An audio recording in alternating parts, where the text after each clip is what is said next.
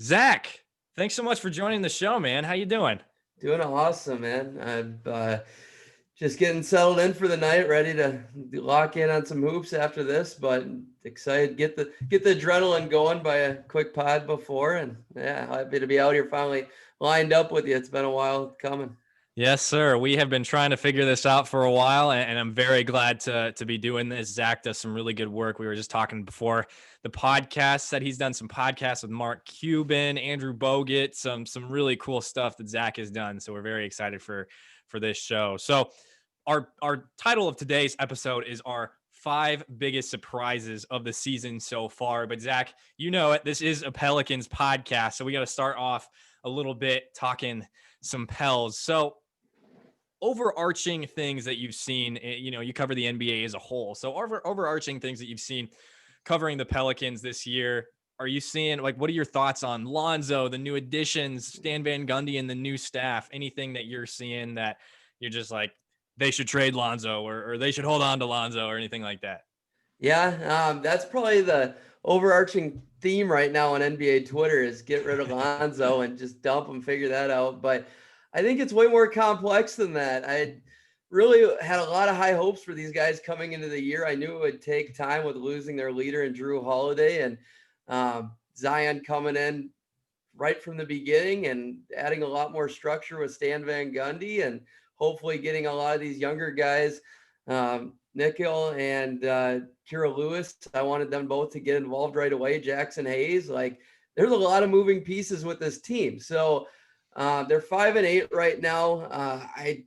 I'm not surprised for one moment. I could have seen them skyrocket up the standings, come out like the Knicks or even anybody much higher than that. I could have seen it because the beginning of the year is all about when bad teams can beat really good teams and surprises. I mean, that first 10 to 15 games, nothing really surprises me, even though we're going to talk about our surprises. I had to work hard to really get those things that surprised me and be genuine about it. But with the Pelicans, I mean, they had a harder situation than most teams in my estimation because they had a lot of guys that, I mean, came in and out of the lineup last year. Wasn't a ton of structure and didn't play. I mean, a lot of guys that didn't play as much as they should have, in my estimation. The lineups were kind of out of sync. And then you get rid of Drew Holiday, you bring in Steven Adams, who's an interesting fit. Eric Bledsoe, who rarely fits with any team in my estimation. I'm not the biggest Eric Bledsoe guy, but like he's a good player. He's just a guy that I feel like unless you have an amazing coach, unless you have the absolute perfect players around him, shooters, the right size, the fits have to be absolutely perfect around Eric Bledsoe, and they've been that around his whole career. So he's a guy that the stat sheet looks way better than the actual product on the court, except the defensive end. I think he's very underrated on that end. So with the Pelicans right now, it's just finding a rhythm. It's finding what they want to do with this team, how they want it to look, and we're 13 games in. I still don't think they have any clue, which that kind of disappoints me. And I really would like to see more of it ran through Nikhil and more of it ran through Brandon Ingram, in my estimation. Honestly, like those are my broad themes I've been seeing. And Zion, he's amazing. He's great. I mean, but it's just so laser focused on the couple missions he has and what he brings to the floor. And I mean, he's not that intelligent of a player right now. Let's be honest with that. I mean, he's got great skill sets, yes, but he doesn't necessarily know how to utilize them. So really it's figuring out how you want Zion to play, how you want him to look, and how you want this offense to flow. But I thought Stan would get these guys to all lock in and work together as one whole on the defensive side. So there's my vomit of where I'm seeing this team right now. Yes, Lonzo, I thought he'd be taking a huge leap. I'm glad we're getting Nikhil minutes. That's huge because I was a huge believer. He was really high on my board last year. And Kira Lewis, he's a good. I'm lower on him than most. I'm way higher on NAW. So very happy to see some good production out of him. Sure. And you mentioned it. We're 13 games in and you feel like you can't get quite a read on the team. And the thing is, you'd think with Lonzo being out 3 games and Nah coming in and Kyra playing pretty well, that'd give you some more indication. And Yep, then Lonzo comes back and it's like that all went out the window. I mean, Lonzo was 0 of 6 last night against the Jazz. This team just looked awful last night. I don't know if you got to see much of the game, but they did not look great. And Utah's first moving two the and a half. ball. Utah's moving the ball really well, and they're just a veteran team, and they just made the Pels look like a regular AAU team out Mm-hmm. there. So a lot of confusion, a lot of things to figure out as the season progresses. We will see. Let me But ask you this: like, what do you see as like structurally sound? Like, what do you think Stan wants to accomplish with this team? Do you have like, are you as confused as I am? Or, I mean, do you see like this is how he wants to play? Like, Zion, we want the offense to be going through Zion in this situation all the time, and we want the ball to be in his hands all the time. Yeah, Yeah, no, okay, all no. right. What I can what I can tell you, we just had Jamel McMillan on for Yep. our last podcast, and what he said was basically that people need to stay patient because what Stan Van Gundy came in and did was tear down everything to its foundations, right? I mean, that's what you had to do. This last coaching regime, while Alvin Gentry knows offense, he's a good guy. I think he's just more of a fit with a veteran team, and Stan Van Gundy's more of a teacher. So he had to just strip it all down to the very foundation and try to rebuild. So right now he's just trying to teach him the fundamentals of playing defense. And it's very clear that they have no idea what the plan is on offense. I mean, it's just give it to Brandon and pray. And I'm going to quote Jamel. I'm going to give it quote to Jamel one more time. He just said, everything they do is hard. Everything they do is so hard Yeah. because they're just not getting easy shots. They have too I much mean, talent for everything to look so difficult and be not very fluid. yeah, I People always tell me they don't think this team can fit and it doesn't fit on paper. Yes, I agree. It doesn't fit, but I think with the right coach, it could make them fit. And I'm not saying Stan's not the right coach. I think he could be. And I'm gonna give him time, but they should be good sooner than later. I right. mean, you should be able to. There's professionals on this team. You got really good players on this team. The only two guys that really look to move, if anything, and that'd be Lonzo and Eric Bledsoe. Uh, but I truly think there's a way to get them to fit it, but there's still the guys' shots aren't falling that I think they should either. Right. Well, I Yeah. For a thought they little, I mean, for a would. little while, yeah. Eric Bledsoe, for a little while, I'm not sure if that's still the case, but he was leading the team in 3-point percentage, if that tells you anything. He Like still it, is he still is. Okay. by It was, 7%. yeah, you could have kept that one to yourself for right now, Zach. That hurt me. But anyway, it's just been really tough. You got Brandon Ingram and 4 guys who can't shoot the basketball, and you're starting 5. I mean, that's what it is. While Zion is incredibly talented, Steven Adams has his niche. You mentioned all the good things about Eric Bledsoe, and then there's Lonzo Ball, and I mean, it just you can't expect everything to be fixed in 1 year. That's not fair, especially with all the young guys on the roster.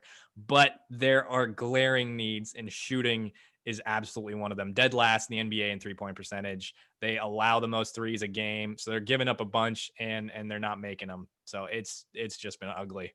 Like looking at this team on paper, and if you would have asked me before the year how many guys I thought would have shot above the league average or would be good 3-point shooters, I'd say 8 or 9 even. We're looking at 2 or 3 right now. Yeah. Yeah. It's been something to watch, man. I mean, yeah, JJ Redick even. I mean, Right. Nicolo Melli couldn't hit water if he fell out of a freaking boat. That dude sucks. Like he is just You a shipped him bona home, he fide. wouldn't make it. Sorry. If you shipped him home, he wouldn't make it. I know.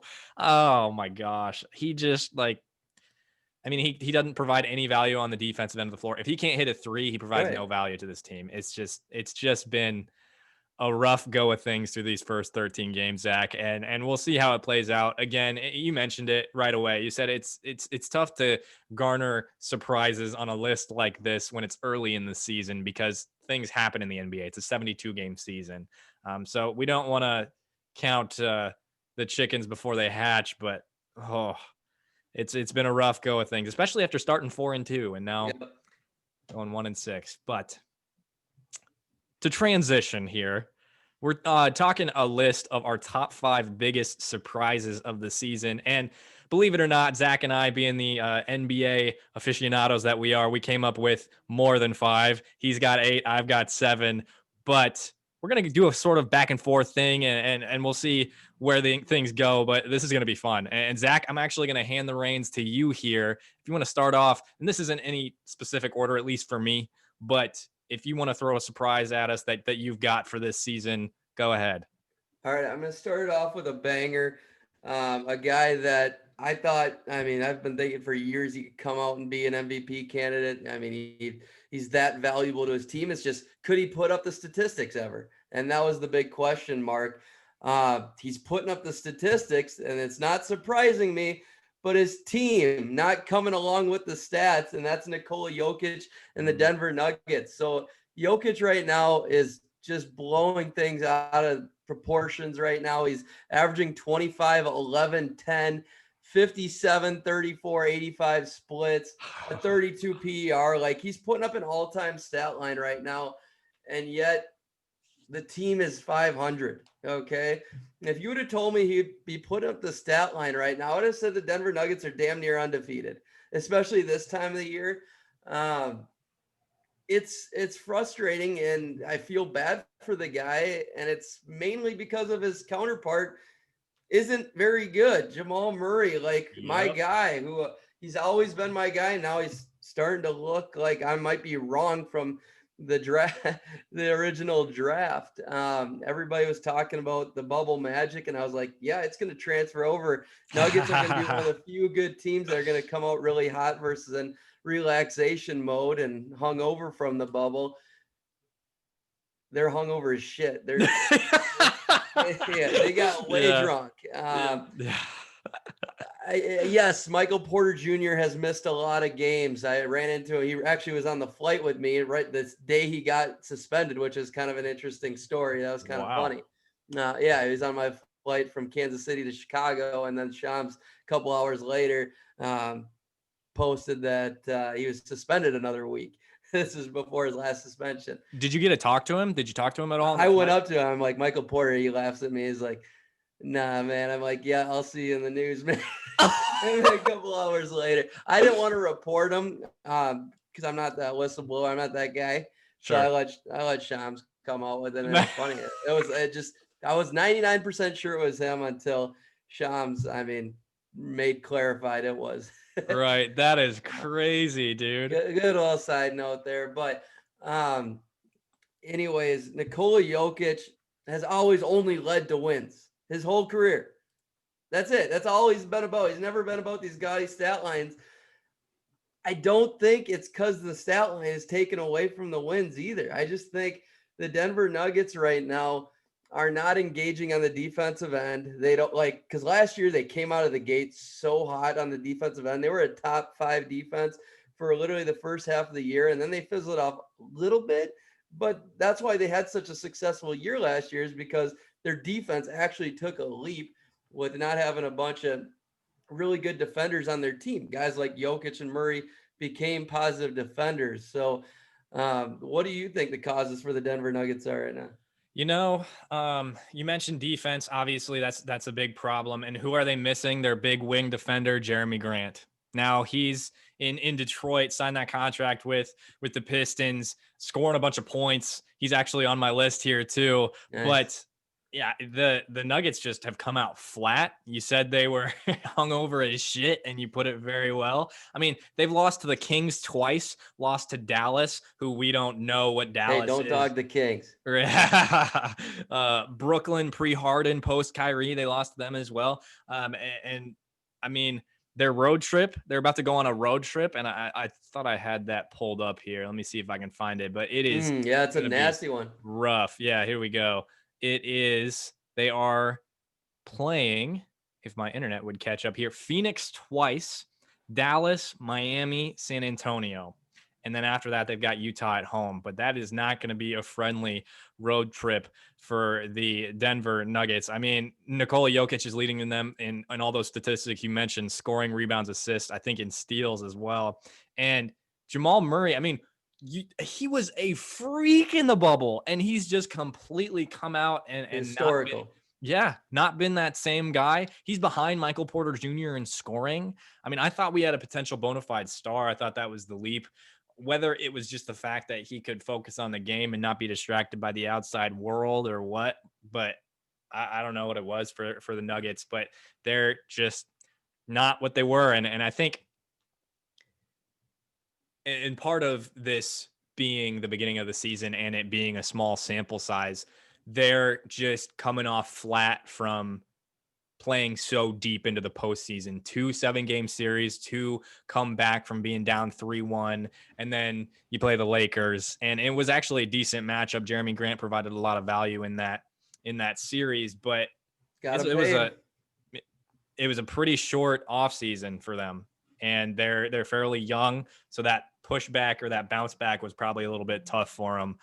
So that stuck out to me as well. 2 other teams, I'll just take the reins here for one of my surprises. I kind of bunched this into one, but the Mavs and the Wizards have not been good either. The Wizards have been atrocious. The Mavs just won tonight. They beat the Pacers for the second time this season, but we'll start with the Mavs.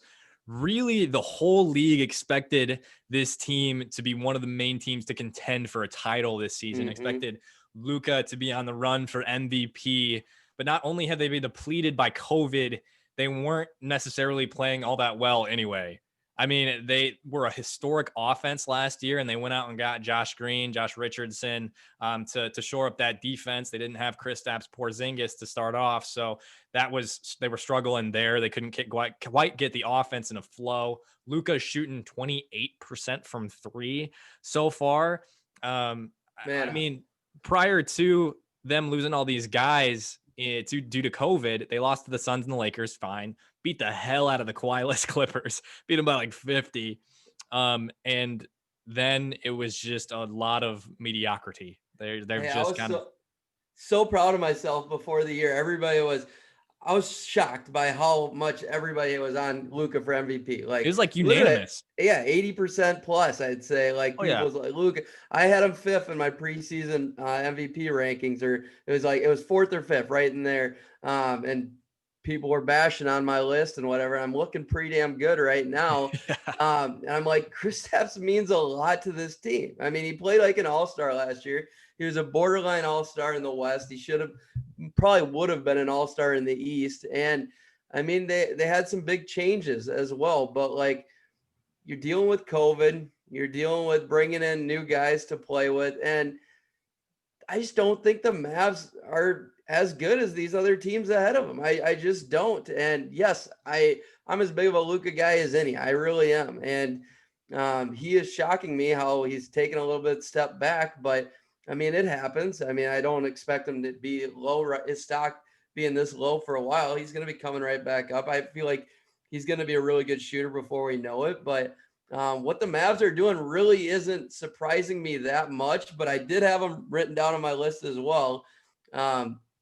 It's just an overarching for the average person is a huge surprise. And I did think, yes, I think their record was going to be a lot better than 6-7 because young teams are normally the ones that can play really good this time of year, Right. And I think they're 7-7 now because they just beat the Pacers, whatever it was, like an hour ago or whatever. But as we're recording this, great one. Still 7-7 for a team that a lot of people were expecting to be contending, possibly even for a title this season. I think, and the thing is about especially the Mavericks and, the Nuggets too, once they get their feet under them, they did get JaMychal Green. He's back. That'll help them with their defensive side of the ball. But both of these teams can go on runs. Like they could, I could see both of these teams winning 15 games straight easily at some point in time. Oh, I expect them both to finish much higher than they are. Exactly. Luka gets hot. Jamal Murray hits bubble form again. Easily could happen. Now, this team that I added, like I said, the Wizards, who are horrible. I don't see that happening at all. Russ has been hot garbage. 19.3 points, lowest since his second year in his career. He's averaging 11.3 assists, sure, 9.7 rebounds, but he's shooting 30% from three, 40% from the field. And That's he is smoking hot. 30% from three. Damn. yeah, he is refusing to go gently into that good night. That is what's happening. He's at that stage in his career, at least what I perceive to be, where he could find a niche and really fill it and go smoothly into retirement. But he still sees himself as a bona fide star, wants to be that explosive guy. He's not doing the Melo thing is what I'm getting at. Melo joining the Trailblazers and filling a role for them. Bradley Beal, still awesome, averaging 35 points, 5 rebounds, 5 assists, but we know that hasn't really translated to wins for the Wizards. And I really thought Russ would propel them into 7, 8, 9, 10 sort of position in the East, but they're just bad. I mean, Thomas Bryant, ACL injury, that sucks. Forgive me, who's the shooter that they just gave $80 million? Davis Bertans. Yes, Bertans. He's not playing all that well. I mean, the roster is just they just look like they don't know how to play basketball. I thought the combination of Russ and Scott Brooks, that'd be good for them too. They've just been flat out bad. I mean, they beat the Phoenix Suns the other night, but hey, one good win. As Pat Beverly says, he tricked y'all. He tricked me too. Right? It's Pat Bev that says that about Russ, I'm pretty sure. Yeah, he tricked me. I've been a huge Russ guy forever. I thought this was going to work out. I mean, for both teams, I thought they were getting a good swap, a new fresh start for both of them. And I thought he could give motivation to these young guys around him and a boost to just energy, giving a team 100% on a nightly basis. A team like the Wizards needs just talent and whatnot. And Bradley Beal, I mean, putting up even better numbers this year. And their offense is right there. It's just they can't guard fucking anything. What did Beal say the other night? They couldn't guard a parked car? Yeah. That's it. And sure, start Beal. You can lead by example, do anything. But it's wild to me. You'd think at the beginning of the year, like even last year, they won more games at the beginning of the year than this. I don't remember exactly what they started out as. Definitely want to go back and look now, but yeah, I had them as the 8th seed to start the year. I'm not looking good right now as well. And I just thought Bertans, I mean, he shot 45% last year. He's down to 36 right now. And thought all these other guys were going to get a lot better. I was a big Rui guy. Troy Brown Jr. has been the biggest disappointment of them all. Thought he was going to get the Ball Is Life podcast bump, and he's really making us look bad. We've never had a player decline after coming on our show. Literally every player that's come on has taken a massive leap, and Troy Brown Jr. is looking to be the first that disappoints us. You got a good trend going, so it'll be fine. I don't need to start the other way. Right.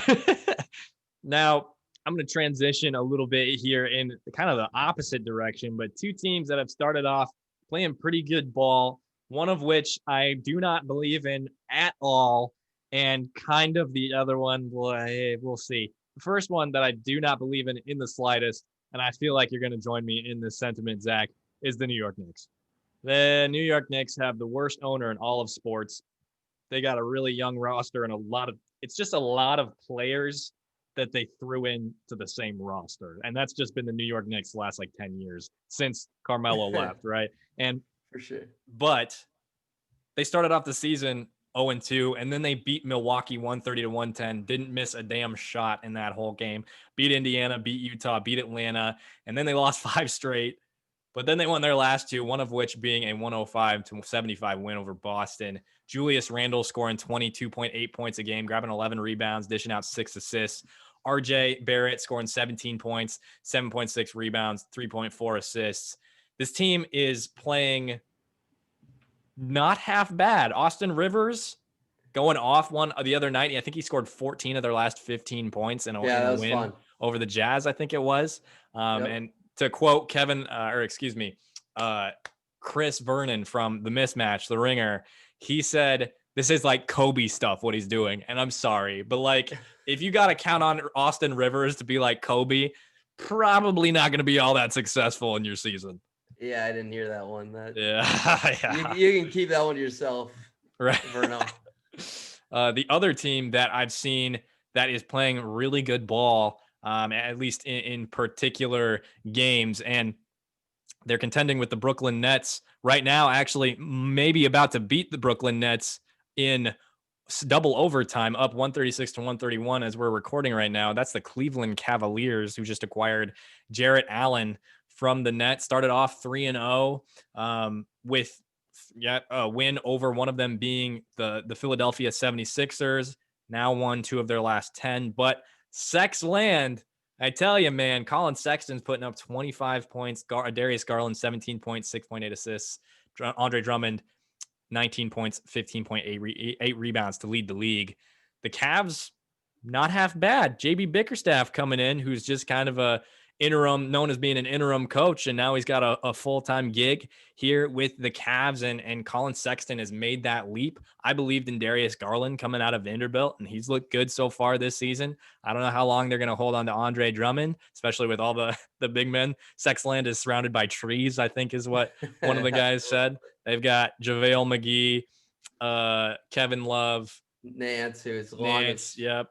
Jarrett Allen. They just got a ton of big guys. Andre Drummond, ton of big guys on their roster. So I'm not sure how long that'll last. I'm not sure if they're going to go out and make any moves, but they basically got Jarrett Allen and Taurean Prince for a second round pick, I think Yeah, is how that trade no, went down. they got them, and the Indiana Pacers won that trade in my estimation. Oh, yeah. I mean, they came away like kings for sure. Right. And Taurean Prince is looking pretty good in his debut as well. I mean, 12 points, 2 for 4 from 3. But I'll start with the Cavs. Um, I was much higher on them to start the year. I really like what they're building. I really do. I've always been super high on Colin Sexton. Garland, not as high on, but I'm coming around on him. I'm really seeing it on both ends. And I was kind of distraught when they made that pick next to Sexton. Didn't think that fit was going to work out, but I can see kind of like a Damian Lillard, CJ McCollum type of backcourt. Best player available, man. Yeah, That's what they exactly. did. And they're looking good right now. Isaac Okoro, though, should be able to make up for a lot of their defensive deficiencies, even though I do think Sexton could become a pretty damn good defender. He's the young bull. That's what they say. I mean, he wants to be good on that end. He talks about it all the time, and Garland does too. But I mean, at the same time, he likes to focus more on offense. Um, Jarrett Allen, Taurean Prince, they have a defensive foundation there. So it's just getting these guys to buy in and playing as a cohesive unit. And they're actually doing pretty good. I think, if you can get a positive defense out of this team, I believe in them wholeheartedly. Offensively, from about 5 to 7 guys on their team, it's just filling out the rest of their depth. Their depth is terrible in my estimation, and that's where the longevity of this team, especially during COVID times. I don't know if they can hang on to being a 500 team. I think they have the talent. I think they have what it takes this year. And Kevin Love coming back would be a big boost to that. But I just don't know if they have the depth to hang on. Colin Sexton, there's the 4 seasons boost. Had him on a couple weeks ago. Nice. He's just the way he talks about playing the game of basketball. I love it. He just talks about letting the game come to him. And I asked him straight up if he's going to take more shots this year. And he's like, if the game allows me, if the coach wants me to, if the game allows me. The guy averaged damn near 20 points last year, is the leading scorer by a lot. And a guy with a killer instinct like himself, who put up a ton of points in college, you would think he'd have a different mentality than that. But he's got 42 off amazing efficiency right now, and he doesn't force anything. Like, the dude's a guy you want on your team. So I believe as the Cavs in a stay. Yeah, Andre Drummond's the big question mark there. JB Bickerstaff's doing a really good job right now on both ends of the court for these guys. It's just getting them to have the talent to be able to play 48 minutes every night, because they're young. They're not going to be on every night. So you need depth for that. So they're going to get blown out from time to time. And I don't think it's ever really because of effort. I just think it's talent overall and being young yet. Andre Drummond and Jared Allen definitely don't fit. So figuring out that and money, and hopefully they can find a trade for Andre. Obviously they made the trade for Allen because they'd prefer to have him, which I would too. He's younger, cheaper, and just seems to be a better defender. So he's a longer tree, you can say. Yeah. As for the Knicks, doesn't shock me at all what they're doing. It will shock me if it hangs on, like you said. If we get to 30 games and they're still 500, that would shock me absolutely. I mean, RJ Barrett's not taking that big of a leap for them to be that good, you know? I mean, Tibbs is just getting these guys to play hard. I mean, they're giving up the fewest amount of points of any team. And this is, like I said at the beginning, it's the time of the year where bad teams can beat good teams, you know? And that time usually gets cut off for me around game 15, 17, the point we're at. So we'll see how good the rest of the team actually is, because Julius Randle to me is really the only one that is playing really good on a consistent basis of this team. So yeah, Alec Burks, but he's still Alec Burks. I mean, let's be honest. Right. He's not just magically going to become an all-star. He's only played 3 games, I think. Yeah, he's played 3 games, and they've all been pretty damn good. But right. yeah, Small sample size, you know. Yeah. Quickly was a good pick though, and I just don't buy the depth of that team really. Right. Yeah, that's going to be an issue for them. And I like Quickly too. I mean, it's just what it's turned out to be is that if you pick a guy from Kentucky, probably going to turn out fairly well. And that's I think what it turned out for the Knicks is they saw Kentucky and just went with it. But as a Kansas guy, that's tough to hear, but right. So next one for me being the fall and then the immediate rise of the Warriors. We heard so much Steph Curry slander all over the timeline. He can't carry a team. LeBron did it himself for so many years. The Warriors should tank. And he bounced back and said 62 points. I will take all of your apologies in writing. And Draymond's back. He's a coach on the floor. James Wiseman has been awesome. Kelly Oubre's actually made some threes as we've progressed. Still shooting 20%, but he's starting to make them. And he's making winning plays. And that's what they brought him in to do. Play defense, make winning plays, especially against the Lakers the other night. Minus Eric Pascal, their bench isn't that great. But they're better than I expected them to be, and they bounced back like that. They did not skid at all. I looked at their squad this season going into the year. I was like, well, we don't know what James Wiseman is. This team was horrible last year. I think I had Steph as a possible MVP candidate, depending on what he was going to do and if he could carry this team. But with that start to the season, not buying too much into it, I was just like, there's just not a lot of talent on this team other than that starting 5. And that the rest of that roster isn't that great, but they're appearing to be able to be in contention to make the play, not just make the playoffs, but play pretty well in the playoffs. And Steph he's balling and he is legit. He doesn't have to have Klay Thompson. He doesn't have to have Kevin Durant. He doesn't have to have necessarily Draymond, although Draymond is the life giver, the heartbeat of the team, I guess you could say. Steph is leading this team and he doesn't need Klay. And it's not necessarily a surprise to me that they bounced back, but just the trajectory they were on was just almost nearly directly to the bottom of the Western Conference. Pump the brakes a little there, buddy. They looked bad to start. They looked bad to start. It was 2 games. It was one of the worst overreactions I've ever heard. Okay. But NBA Twitter was up in flames and they wanted to. It's literally just Rockets Twitter is incredibly loud, and then the same thing with the Warriors when it comes to Harden and the Rockets, and that feud just gets louder than anybody between their fan bases. My concern was the bench, and we didn't know what James Wiseman was going to be. So they clearly are. Damian Lee was going to be a god. What? We didn't know Damian Lee was going to be a god out Right. here. Yeah, right. Yeah, exactly. And I just love what Steph has done. I wouldn't say it's a shocker to me, but it's just been incredibly entertaining. That's fair. I mean, it has been. Yes, these guys, I mean, can run. They can do a lot of things, and it's just they got exciting players on their court. They move fast. What are they in pace right now? They're third in pace. So, I mean, they're exactly how they look on paper, really. I mean, yes, Steph Curry's putting up MVP type numbers. They're 7-6 though. He hasn't like Steph Curry's my second favorite player of all time. I had him in the playoffs before the year. I wasn't worried about this team really, but I only had him at I think I'd have to go back and look. It was somewhere between 6 and 8. But Draymond's been super disappointing. I mean, I thought we'd get way more production than 4 and 7 or whatever he's giving them right now.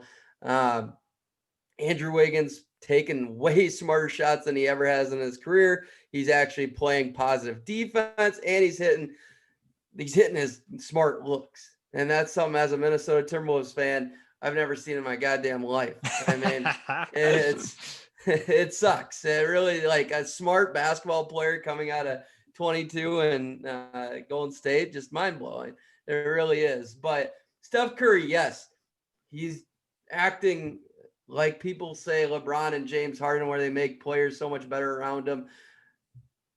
But they're still 7-6 right now. They're losing a lot of close games. These guys are young. I do think as Wiseman gets better, he's been really surprising for a rookie.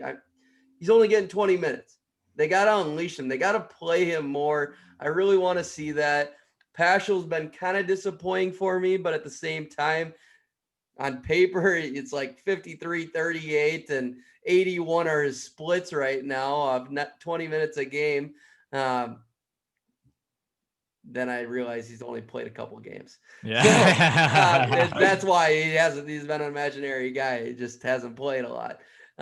So with that said, Marquise Chris is another one that's coming back from injury. He was very good to end the year last year. I banked on him at the beginning of the year. So maybe that's where they separate from 500 when those guys come back. Draymond Green maybe does a little more because they're not getting a whole lot out of anybody but Steph Curry and Andrew Wiggins, and then just some surprising pixie dust from anybody else, really. It's kind of been the way things have gone. They're just all playing as a team and a cohesive unit. And the reason why they're 500 is because there's no consistency outside of Steph Curry, really. 4 out of the next 5 for the Warriors: San Antonio, New York, Utah, and then Minnesota twice. So they could probably start to separate a bit from that 500 record. Obviously, Utah's a good team, but the other 4, not so much. Sorry to diss Minnesota for you there, buddy, but they are NBA team. Let's be honest. Let's hear another one of your surprises. Yeah. So we talked a couple of them with Dallas and Washington. A big one for me, honestly, is the Miami Heat. Yes, Jimmy Butler's missed a bunch of time. That's a big part of it. But Bam took another leap. Okay, I thought it'd be translating to more wins. That Tyler Hero and Duncan would take a bigger leap than they have. Kendrick Nunn, where the hell is he? He's another guy that took a ball his life dip. Him and Troy Brown are killing me right now. But it's just Eric Spoelstra. Like you ask me, there's good teams that come out slow and I can forgive them. And it's just like they'll start slow and ease into the season. Like the Lakers, for instance, I would have been just completely fine with the Lakers coming out looking terrible, nonchalant. But the Miami Heat, young gunners, I mean, after that run, you'd think they'd be on cloud 9, like taking a surge. Bam's just putting up empty stats right now. He really is. I mean, yes, it's the rest of the guys that aren't taking that leap. So it's hard, but a guy that people were arguing with me nonstop that he was a better player than Jimmy Butler, which he's not, and this is proving it because Jimmy Butler makes everybody around him better all the time. And Bam is just, he's getting better in his self. He's understanding his own flesh right now. And I'm just not sure where the Heat are going to get better. Like, because I think they're playing hard. I do think they're trying. It's just they didn't take the leap, and Kendrick Nunn has disappeared. So I'm pretty concerned about the Miami Heat, to be honest. I think, we were talking about the Nuggets not coming out super hot either. I mean, the Heat, there's that meme of Jimmy Butler where he's just like, ugh, after one game of the finals.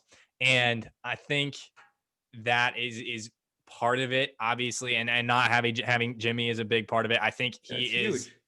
he's very much the leader of that team. He is the heart and soul of that team. The Miami, or the Heat culture is what it was called, and that is something that Butler came in fully embraced and was like, this is my team. We're getting ready to roll. And that's been a big part of it. I mean, Tyler Hero hasn't been all that great so far to start the season. A lot of people were just all over him in the bubble, saying he was going to be a star and such. 17.6 points a game, sure. 6.7 rebounds, 4 assists so far this season. But I mean, he's not necessarily wowing me or a whole lot of people other than that. Looks like, well, Precious Achua looks to be a pretty good pick, playing Great pretty pick. solid defense. Yeah, I think this was the only team. I was not high on Achua at all. I Yeah, I was. Yeah, I like him going to Miami. He was just so erratic for me. He was just all over the floor. That's fair. No, and that's a fair assessment. I didn't care if anybody was off on him or didn't like him. It's just he's one of those guys where, or I shouldn't say he's one of those guys. He needed the perfect fit, first of all. Yep. But Yep. he's one of those guys that ended up in the absolute perfect situation. It's the Miami Heat, Toronto Raptors, Boston Celtics, and Utah Jazz. If any player goes to one of those organizations, they're going to turn out to be a good player if they get their opportunity. Yep. Yeah, exactly. And that's what he's got there with the Miami Heat. He is the only Duncan Robinson. He and Duncan Robinson are the two players on this roster that have played every game so far for this team. Duncan Robinson, let's see here, shooting 44.7% from deep. Avery Bradley 44.8% from deep so far this season. So Duncan continuing to shoot really well from the 3-point line. Tyler Hero just 30% so far this year. So that is not ideal for him either. Another team in the East, it was sort of on my list. I was going to address it a little bit, but the Raptors, just they're not themselves so far this season either. They aren't, and a lot of that's not being in their home location. I mean, they're finally coming together now. They're getting comfortable. They're playing. I mean, schedule I think was a part of that, but being out of sync, being out of whack, and then they lost a couple major guys. Marc Gasol, Serge Ibaka was huge for that team. It mattered, and I think they've missed a bunch of guys for a few games. OG's not taking the leap though. Nope. He hasn't taken the leap that everybody thought, and Chris Boucher's kind of making up for it, but it's just not very impactful. Aaron Baines, Alex Len. I mean, they just cut Alex Len. Aaron Baines. I mean, Pelicans were there were a ton of people like, we need Aaron Baines. He's a spacer. We need him. And I'm okay. Yeah, I'm okay with not having gotten him. He has not done a whole lot for that Raptors team this season. And as we're starting to wind down on time, like I said, I do have to join another podcast. We'll try to wrap it up here pretty quick. But James Harden to the Nets. I don't know that it was necessarily like a gasp. Oh my gosh, I can't believe that they made the move. It wasn't that. But I'm intrigued to hear your thoughts on this, Zach. I saw your final grade for all the teams that were involved in the 4-team sort of. It wasn't a 4-team trade. The trades were made, and then whatever. It was a big thing. 3 of the greatest scorers of this generation on one team. 2 of them being guys who are isolation players, dribble the air out of the ball. Harden, in Houston for however many years, just kind of dribble around the perimeter, figure it out, and go. And that organization was centered around him. The Houston Rockets were James Harden. Kyrie chose to leave LeBron. He chose to leave Boston. Kevin Durant is basically the only stable individual here, is the way I view it anyway. I mean, how are they going to protect the paint? Guess what? DeAndre Jordan is not what he once was. He is not as limber or quick as he once was. I mean, who else are you going to rely on? Jeff Green, Bruce Brown to protect the paint? I just don't expect this to result in an NBA championship solely because of the defensive end of the floor. I mean, obviously they're going to be able to score. They're going to be I'm going to see if you're going to be able to get this reference. The Chargers, the Dan Fouts, Air Don Coryell Chargers. No. Score 50 points, allow 51. Oh, that is the man. team that I expect them to be. Obviously, that's a football score, but I just saw the better fit for James Harden being Philadelphia. If we're being honest, I thought that situation fit better for him, assuming there was an exchange for Ben Simmons. I think he and Joel would have fit better. He could have the ball in his hands more often. They'd have Joel to be an anchor for the defense. I thought that was the better fit. He went to Brooklyn. Go ahead. I can handle that Brooklyn Philly take. I really can. The fact that you don't think the defense is going to work out and the fit, like, the NBA is much more simpler than people make it out to be at times. It comes down to winning championships, comes down to two things. And when you make moves, it comes down to two things. One, does the talent exceed the fit, or does the fit exceed the talent? You know, that's what it literally what it comes down to. And all the teams that, I mean, if you have two top 3, top 5 players in your team, that's exceeding the fit. And then you throw in another top 15, top 20, whatever you want to call it. I like their bench the way it is. Yes, the rim protection in the paint is the scariest thing about this team. Absolutely. I do think DeAndre Jordan maybe has a little Tyson Chandler type run in him here. He's going to become a little more motivated. I do think that they need to unlock Nick Claxton. They are going to need to find something. Yep. However, though, but think about this, though. Joel Embiid is literally going to be the toughest competition. Giannis, who DeAndre Jordan just shut down. Whoops, did I just say that? I mean, Bam Adebayo, like, those guys don't scare me for Kevin Durant and DeAndre Jordan. I just think the firepower from what these guys are going to have is just going to overshadow it as long as these guys are healthy. I don't like the only team that concerns me is the Los Angeles Lakers, and that's because, I mean, they have everything. Yes, I mean, they have everything. You have the other 2 top 5 players. They're fully loaded. And they can bring different dimensions. As we saw tonight in the game, Kyrie Irving cannot be the focal point of this offense.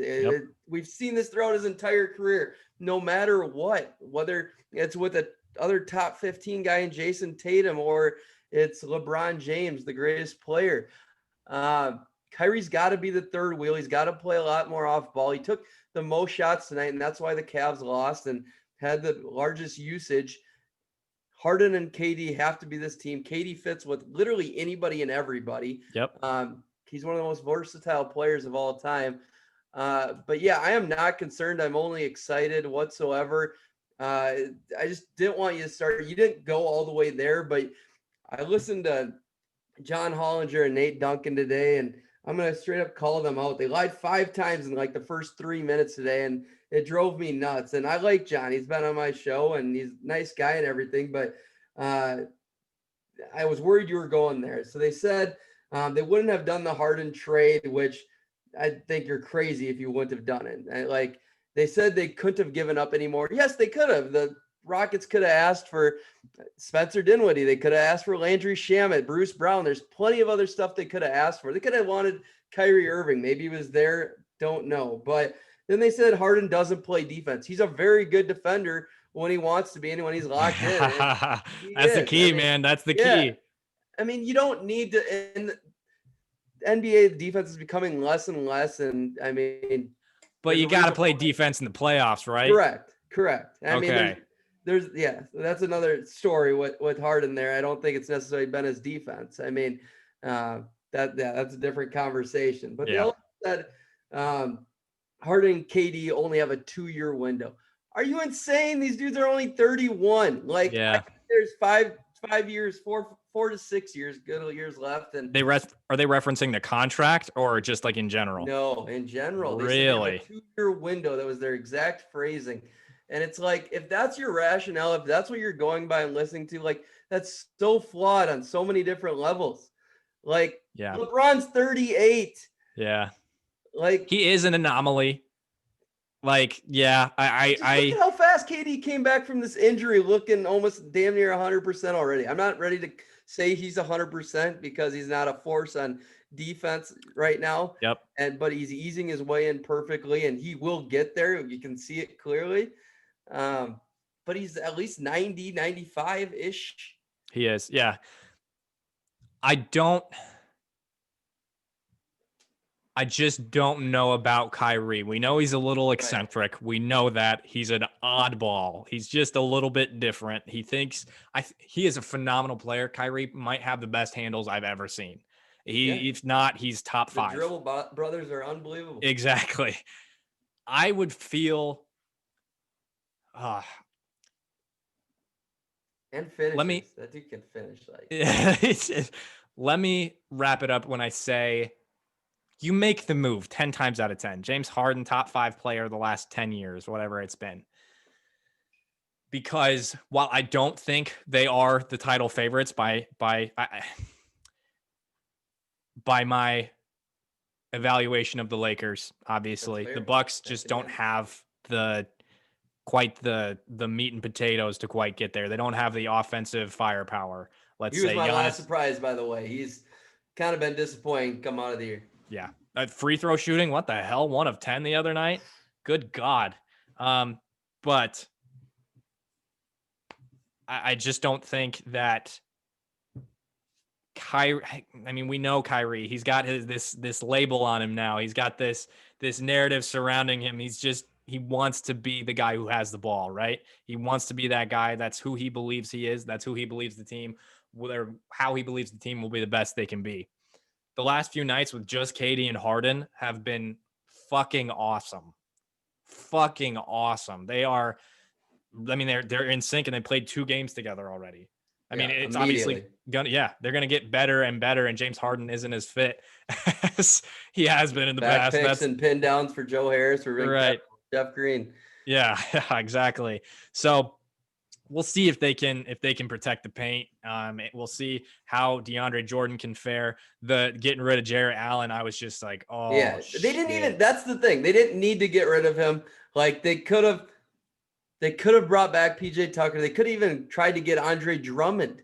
The way this thing turned out, like all those guys would have been excellent options. Well, I heard that they were trying to shop Landry Shamet for a 1st-round pick so they could include that rather than Jarrett Allen in the trade, and nobody was buying it because Landry has not been shooting well at all. They got to play him too and just let him figure it out. Right. Yeah, he didn't shoot well last year either, but it's been fun, Zach. Zach, this has been really, really fun. I really appreciate you stopping by. Like I said, I got to go over to my friend's podcast, but this was fun, man. This was really fun. Zach Noble, ZAKNOBLE, Zach Noble on Twitter. Go follow him, ladies and gentlemen. You will not be disappointed. He's very close to 10,000 followers as well. We want to break that for him. Go check out his podcast, Noble and Roosh with Ball is Life. Zach, you are the man. This was really fun. Thank you, my man. It was a lot of fun anytime. And enjoy your next show.